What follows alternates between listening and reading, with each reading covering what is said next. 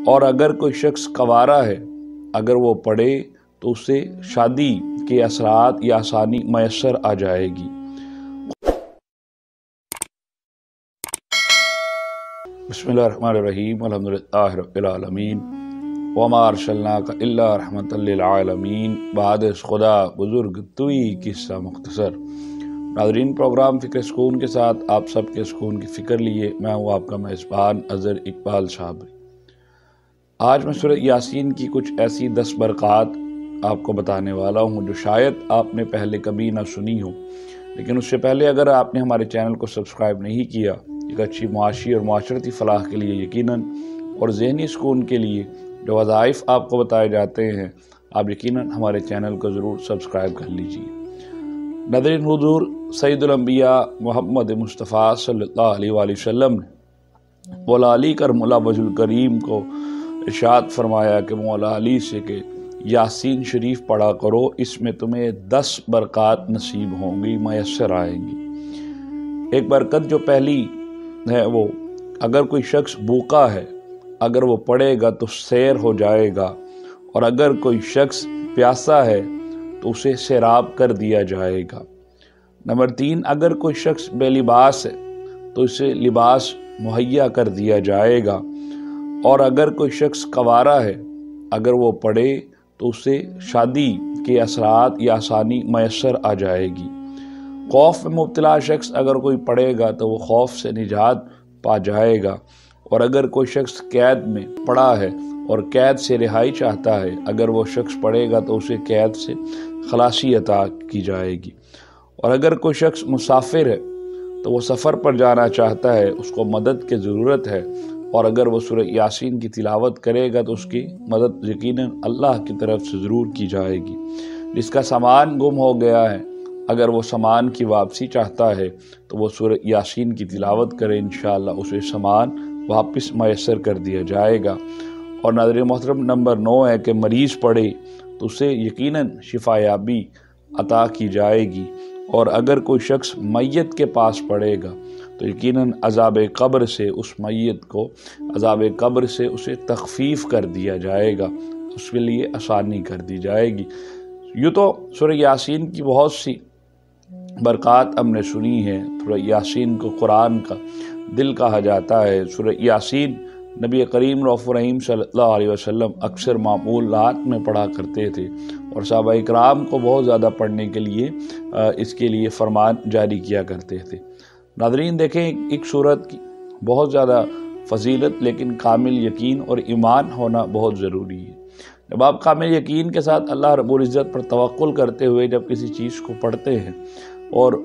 اس کا استفادہ آپ کو یقیناً ضرور عطا کیا جاتا ہے، اگر آپ ایک کاملیت کے ساتھ ایک یقین رکھتے ہوئے اور اس بات کا یقین رکھتے ہوئے کہ یہ فرمان مصطفیٰ صلی اللہ علیہ وآلہ وسلم کہ نبی پاک صلی اللہ علیہ وسلم کا فرمان ہو اور اللہ پھر اس کام میں آسانی نہ کرے، ایسا نہیں ہو سکتا۔ یقیناً اگر آپ کو شخص بھوکا ہے، وہ اس کو پڑھتا ہے تو یقیناً اس کے لیے کسی نہ کسی ذریعے سے، کسی نہ کسی طریقے سے اسے کوئی نہ کوئی خوراک پہنچانے کا اللہ اپنے بندوں کے ذریعے، ڈیوٹی کے ذریعے اس تک وہ سامان مہیا کر دیا جائے گا۔ کوئی پیاسا ہے تو اللہ یقیناً اس کے سیراب ہونے کے لیے کوئی نہ کوئی راستہ نکال دے گا۔ جو شخص بے لباس ہے، بھوک اور افلاس میں مبتلا ہے، اللہ رب العزت اس کی روزی کا کوئی نہ کوئی بندوبست کر دے گا۔ جو شخص اپنی شادی سے پریشان ہے، یقیناً اس کو سورہ یاسین کی تلاوت کر لینی چاہیے، اور یقیناً اس شخص کو چاہیے کہ صبح فجر کے بعد سورہ یاسین پڑھ کر اپنی شادی کا معاملہ اللہ رب العزت کے سپرد کر دے۔ اللہ یقیناً اس کے لیے ایک اچھا رشتے کا بندوبست فرمائے گا۔ جو شخص قید میں مبتلا ہے، اگر وہ سورہ یاسین پڑھتا ہے، اس کو بھی چاہیے کہ صبح فجر کے بعد سورہ یاسین پڑھے اور اپنے قید کا معاملہ اللہ رب العزت کے حضور پیش کرے، انشاءاللہ یقیناً اسے قید سے خلاصی عطا کر دی جائے گی۔ خوف میں مبتلا ہے، دشمن کا خوف ہے،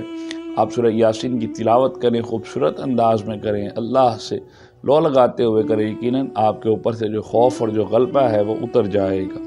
جس شخص کا سامان گم ہوا ہے، سورہ یاسین کی تلاوت کرے، اللہ کے حضور دعا کرے، یقیناً اس کا سامان بھی اس کو واپس مہیا کر دیا جائے گا۔ مریض ہے، مریض کے لیے تو پورا قرآن ہی شفا ہے، اور اگر وہ سورہ یاسین کی تلاوت کرتا ہے، مریض پر دم کیا جائے اور پانی پر دم کر کر یقیناً مریض کو پلا دیا جائے تو انشاءاللہ وہ آہستگی سے صحت یاب ہونا شروع ہو جائے گا، اور ایک دن آئے گا کہ وہ یقیناً ایک مکمل طور پر شفا یاب ہو کر، ایک شفا یاب شخص ہو کر انشاءاللہ اللہ کی عبادات میں مشغول ہو جائے گا۔ اور میت کے بعد پاس اگر پڑی جائے، جو شخص ابھی دنیا سے رخصت ہوا ہے، اگر اس کی میت کے پاس اگر اس سورت کو تلاوت کی جائے تو یقیناً عذاب قبر جو سب سے بڑا مشکل کٹھن مراحل ہوتا ہے ایک شخص کا، جو شخص اس دنیا سے رخصت ہو جاتا ہے، یقیناً اللہ رب العزت اس کے عذاب قبر میں تخفیف اور آسانی کر دے گا۔ ممکنات میں سے اللہ اپنے اس کلمات کے ذریعے، اللہ اپنے قرآن کے ذریعے اس سے تمام عذاب قبر کا عذاب اٹھا لے۔ اس لیے نبی کریم رؤوف رحیم صلی اللہ علیہ وسلم اکثر و بیشتر فرمایا کرتے تھے کہ جس شخص کے والدین اس دنیا سے رخصت ہوئے ہیں کہ وہ جمعہ کے دن جا کر سورہ یاسین کی جو شخص تلاوت کرتا ہے، اللہ رب العزت اس کے تمام گناہوں کو معاف فرما دیتا ہے، اس کے والدین کے درجات بلند فرما دیتا ہے، اور یقیناً اس کو اس اولاد میں لکھ دیا جاتا ہے کہ یہ ایک اپنے والدین کے ساتھ اس نے سلوک کرنے والی اولاد ہے۔ یہ راستے نبی کریم رؤوف رحیم صلی اللہ علیہ وآلہ وسلم کے ذریعے ہی ہمیں ملے ہیں، کیونکہ اسی لیے وہ باعث رحمت ہیں۔ اللہ نے قرآن میں فرمایا وَمَا أَرْسَلْنَاكَ إِلَّا رَحْمَةً لِّلْعَالَمِينَ کہ ہم نے آپ کو تمام جہانوں کے لیے رحمت بنا کر بھیجا ہے۔ اس لیے سرکار دو عالم صلی اللہ علیہ وسلم کا فرمان جو بھی جاری ہوتے، وہ نہ صرف